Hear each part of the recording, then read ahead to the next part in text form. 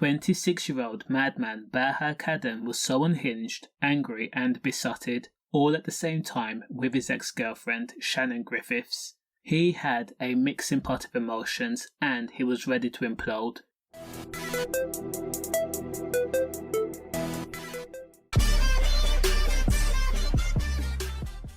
The crazed man actually forced his way into her home and climbed up the stairs while she was asleep in bed. Shannon had moved on, and at the time Shannon and her new boyfriend was asleep, the couple woke up to the sound of footsteps getting louder. Bahaa had broken into the house in Ashton under Lyme at a time of 4:30 a.m. on October 20th of 2020. Shannon got out of the bed when she was stirred awake to see what the sound was coming from.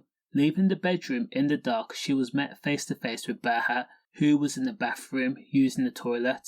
Shannon then ran back to the bedroom and woke up her new boyfriend, fahey.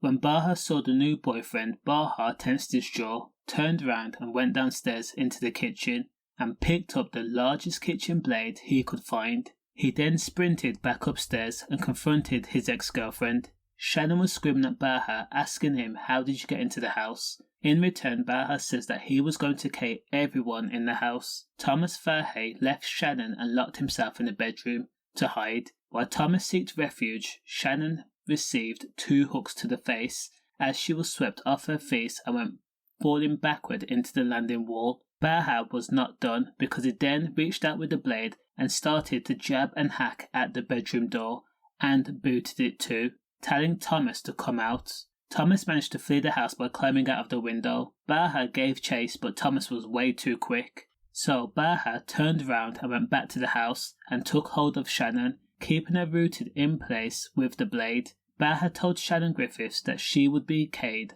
then he would kill himself. In the meantime, Thomas had ran half a mile before managing to flag down a Good Samaritan. The Good Samaritan then called the police. Police rushed to the scene and then actually arrested Bahaa while he was still at the house and still had hold of Shannon. Greater Manchester Police described Bahaa as a manipulative, dangerous, erratic man. He had subjected his ex-girlfriend to feel afraid that she was going to die in her own home. In court, Bahaa Kadum was jailed for 5 years and 4 months. This would not be his last jail sentence, as he would be jailed in a few years later for committing a string of robberies with his mates, but we'll get into that later. So the question right now is, does the crime match the sentence? Let me know in the comments. Stay safe.